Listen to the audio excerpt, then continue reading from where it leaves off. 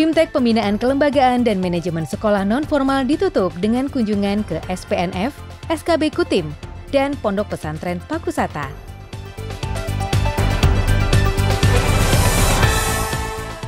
Dinas Pendidikan dan Kebudayaan Disdikbud Kabupaten Kutai Timur melalui Bidang Pembinaan PAUD dan Pendidikan Non-Formal PNF menggelar bimbingan teknis atau BIMTEK, Pembinaan Kelembagaan dan Manajemen Sekolah Non-Formal. Kegiatan yang berlangsung selama 3 hari, mulai Kamis 30 November hingga Sabtu 2 Desember, ditutup dengan kunjungan ke SPNF, SKB Kutim, dan Pondok Pesantren Pakusata. Dalam kunjungan ke SPNF SKB Kutim, peserta BIMTEK diajak untuk melihat langsung proses pembelajaran dan pengelolaan lembaga tersebut. Sedangkan dalam kunjungan ke Pondok Pesantren Pakusata, peserta BIMTEK diajak untuk berdialog dengan pimpinan pondok pesantren. Kepala Bidang Pembinaan PNF Ahmad Junaidi, mewakili Kadisdikbud Kutim Mulyono mengatakan bahwa kunjungan lapangan tersebut bertujuan untuk memberikan gambaran tentang pengelolaan sekolah non-formal sekaligus memperkuat tata kelola kelembagaan, lembaga pendidikan non-formal yang ada di Kutai Timur, di bawah binaan bidang pendidikan PAUD dan PNF seperti SPNF, SKB, PKBM, dan LKP.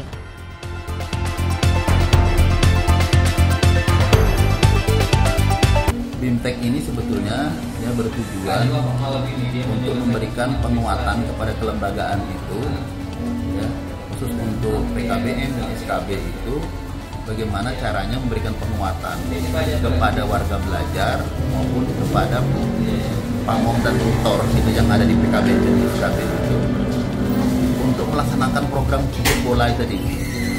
Teknisnya bagaimana gitu, makanya banyak sekali dalam materi ini sebetulnya BIMTEK ini lebih banyak kepada motivasi gitu dari narasumber kita. Itu yang pertama tujuan kita. Yang kedua, kunjungan itu kenapa kita mengambil lokus kayak orientasi lapangannya lah begitu, mengambil SKB Kutai Timur. Karena lokus awal cap jempol itu adalah SKB Kutai Timur ini, yang notabene dulu jumlah muridnya sekitar 200-an saja, meningkat sekitar 300-an dan seterusnya. Dan sekarang sudah 1.000 lebih jumlah warga belajarnya itu. Kenapa jadinya meningkat? Karena inovasi layanan cap jempol itu sendiri memang betul-betul gitu bekerja kita. Itu yang pertama. Yang kedua, kenapa lokus kita ambilkan di sini? Dengan adanya inovasi layanan cap jempol itu, stakeholder terkait, dinas instansi terkait, kayak KPC, Indominco, itu menjadi peduli gitu dengan layanan pendidikan non formal.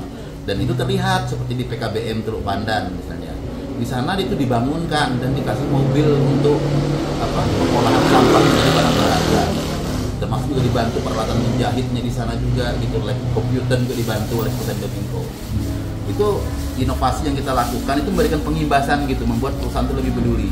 Contoh lagi PKBM di Rentopulung, itu juga sampai sekarang dibangunkan gedung gitu untuk perusahaan dari KPC. Termasuk SKB sendiri.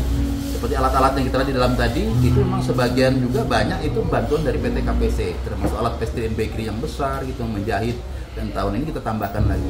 Artinya lokus kita ambil di sini, bagaimana teman-teman di PKBM yang ada di luar sana, yang belum berkembang dengan baik, dengan layanan cap jempolnya itu, bisa kita ada inspirasi atau edukasi yang didapatkan di lembaga ini gitu. Jadi jika inovasi itu kita laksanakan dengan baik, maka tanpa kita minta pun orang lain akan berkiprah untuk membantu kita gitu. Terus kunjungan terakhir nanti kita ke pondok pesantren. Kenapa saya mengambil lokus satu di antara pondok pesantren Salafiyah, bahwa menunjukkan bahwa betapa sulitnya memang kita untuk masuk ke pondok pesantren, tidak semudah kita kembali telapak tangan gitu ya. Tapi SKB Kutai Timur mampu gitu masuk di sana. Grand strateginya itu kan seperti apa gitu. Nah nanti silakan nanti teman-teman dari peserta BIMTEK ini nanti langsung gitu bertanya dengan pihak pimpinan pondok pesantrennya. Kami ini sebagai fasilitator BIMTEK kemarin ya. BIMTEK itu ditujukan untuk penguatan kompetensi para pengelola di SKB dengan PAMOM juga gitu ya, dalam rangka meningkatkan kapasitas mereka untuk mengimplementasikan inovasi layanan cap jempol. Jadi inisiasi dari Pak Ahmad Junaidi ini ingin semua pendidikan non formal di kecamatan ya, PKBM serta SKB itu bisa mengimplementasikan. Nah, kemarin juga kami tambahkan beberapa aspek tentang inovasi. Jadi bagaimana mereka melakukan inovasi di layanan di tempatnya masing-masing dalam rangka implementasi cap jempol tadi. Jadi alhamdulillah dari ke-30 orang ini kemarin kita bagi dua begitu menghasilkan produk berupa implementasi layanan yang sifatnya langsung gitu ya, pendataan warga, kemudian inovasi dalam proses pembelajaran, sampai juga pada proses bagaimana mensosialisasikan secara masif baik konvensional maupun media sosial tentang program-program yang ada di PKBM, termasuk misalnya kaitan dengan paket A, paket B, paket C, atau peningkatan vokasi.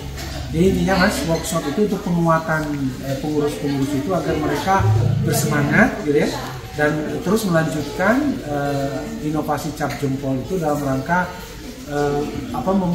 meningkatkan istilahnya penetrasi dari pendidikan formal. Tidak ada lagi orang yang misalnya drop out sekolah, tidak ada orang yang menganggur. Kalau dia punya kemauan bisa datang ke PKBM atau ke SKB, seperti itu. Selama mengikuti Bintek yang diselenggarakan oleh PNF atau Setaraan, kami mendapati sangat bermanfaat yaitu tentang inovasi. Insya Allah nanti akan kami implementasikan atau kami jelaskan di dalam lembaga kami, terutama PKBM. Dalam Bintek ini kami diajarkan bagaimana cara mengelola lembaga itu dengan baik, terus berinovasi dengan baik, agar lembaga itu dapat benar-benar mandiri, terus menjadi lembaga yang memang benar dapat diterapkan dan bermanfaat untuk masyarakat sekitar. Banyak sekali ya layanan yang kita berikan. Salah satunya selain ada pembelajaran umum yang gurunya langsung datang ke sini, cukup memberikan manfaat kita. Satu, mengurangi tenaga kita ya, yang terkuras mungkin dengan banyaknya mata pelajaran yang harus dipelajari. Yang kedua, kemarin juga beberapa santri kita sempat ikut pelatihan komputer, karena terutama banyak sekali santri-santri kita yang masih gagap terhadap komputer, memegang mouse aja kadang masih kaku gitu. Alhamdulillah setelah mengikuti pelatihan kurang lebih 2-3 bulan, mereka sudah terlihat ada perubahan, sehingga menunjang sekali ketika saat ini mereka sedang kuliah untuk mengerjakan tugas-tugas kampusnya. Terima kasih sudah menonton. Jangan lupa like, komen, dan follow sosial media @tensi.com.